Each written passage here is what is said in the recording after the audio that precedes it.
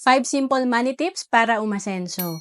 Una is gumamit ng cash kapag may bibilhin ka. Kasi pag cash yung gamit natin, mas control natin to. Kapag kasi online lang or credit card, hindi natin namamalayan, ang laki na pala ng ginagastos natin. And then pangalawa, magkaroon ng budget para alam mo kung saan napupunta ang pera mo. Naalala ko noong 2018, sabi ng speaker, gusto mong umasenso, pero alam mo yung kinikita mo, hindi mo naman nililista yung gastos mo. Magkano ba yung ginastos mo sa buong taon? So tama naman na dapat kung alam natin yung kinikita natin, alam din natin kung magkano yung lumalabas na pera or expenses natin sa buong taon. And then pangatlo, gawing priority ang pag-iipon.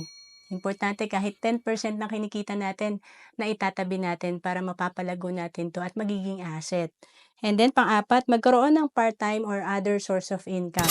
Mas maganda yung cash flow natin or income, mas mabilis tayong makakaipon. And pang-lima, live below your means. Ito yung kailangan gumagastos ka lang ng mas mababa dun sa kinikita mo. Kasi pagka hindi mo control yung ginagastos mo, nagne-negative ka na. Mas malaki yung gastos mo kaysa sa kinikita mo. Umaasa ka na sa utang. To know more about savings and investment, message mo lang ako sa FB, Roan Celis Capistrano.